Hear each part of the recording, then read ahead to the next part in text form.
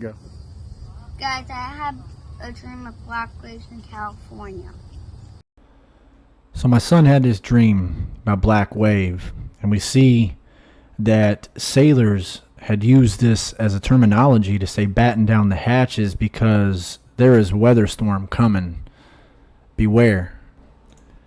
In 2 Peter chapter 2 verse 5 it says, "And spared not the old world, but saved Noah the eighth person, a preacher of righteousness, bringing in the flood upon the world of the ungodly." And we see that in today's world.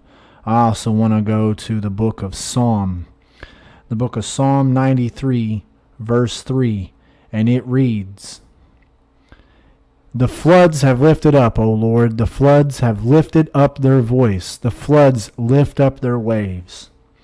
Now I want to go to Luke 18.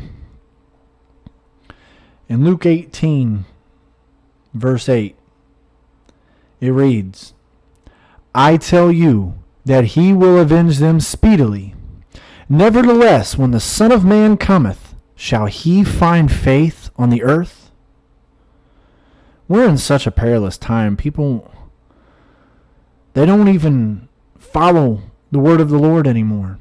In Romans 10, verse 13, it says, "For whosoever shall call upon the name of the Lord shall be saved." Cling on to that today. Ni los mangos probé. Está mal.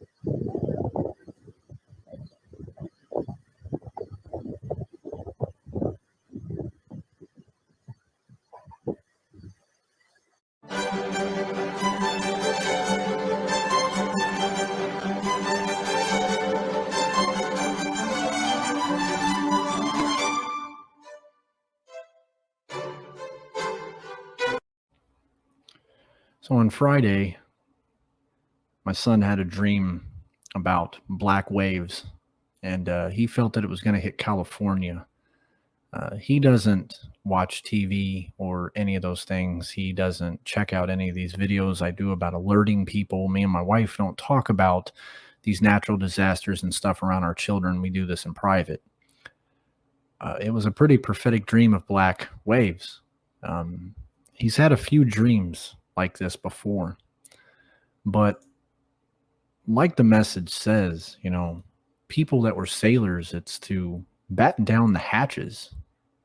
And as we see things like these catastrophic winds that are bracing to hit California, this tropical storm, it's going to hit. These lands aren't used to huge levels of water. As it's going through Las Vegas, as you'd seen, part of Las Vegas already flooded and they ain't even got hit by the majority of the storm yet. This is kind of just a shadow of really a lot of the things that are about to hit.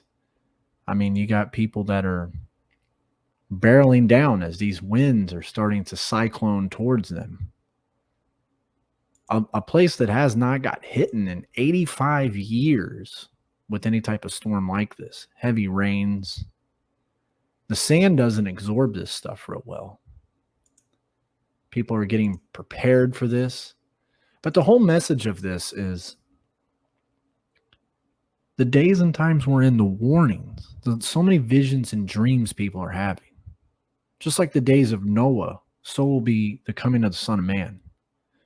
I mean, you can see how obscured and how warped the minds of the world is, that some medical professor says that trans kids can identify as minotaurs as part of a gender revolution.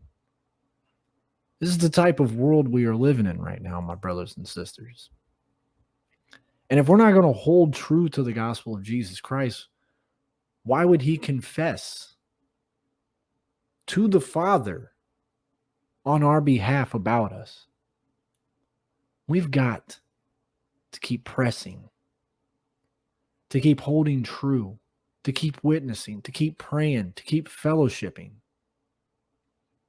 There's prophetic warnings happening all over the place. Did a video last Monday talking about the Euphrates River is dried up at the Syrian dam. And at the end of 2022, the Lord told me to tell all you keep eyes on Syria. And less than 24 hours after that, Syria got bombed. Syria got reelected into the Arab League. I'm not doing this to toot a horn. I'm just saying the Lord's Spirit is pouring out in people. They are prophesying. They are giving biblical warnings. The midnight hour is coming upon us, my friends. How many more visions of little kids are going to have visions, or visions of young adults, or dreams from old men and women is it going to take? How many more catastrophic disasters? How many fires is it going to take for people to wake up? There's going to be more that happens. There's going to be a lot more that happens. That picture I showed on my community tab not too long ago shows you that 3/4 of Canada is on fire. 3/4 of Canada. That's a pretty big number. So, the biggest thing you can do today is to bless somebody with the name of the Lord. So may God bless you all. And I pray for you all on a daily. And I hope that you are praying for those that persecute the church. I hope that you are praying for your brothers and sisters. I hope that you're reading the Bible more and more than you ever have before. Because the hour is coming.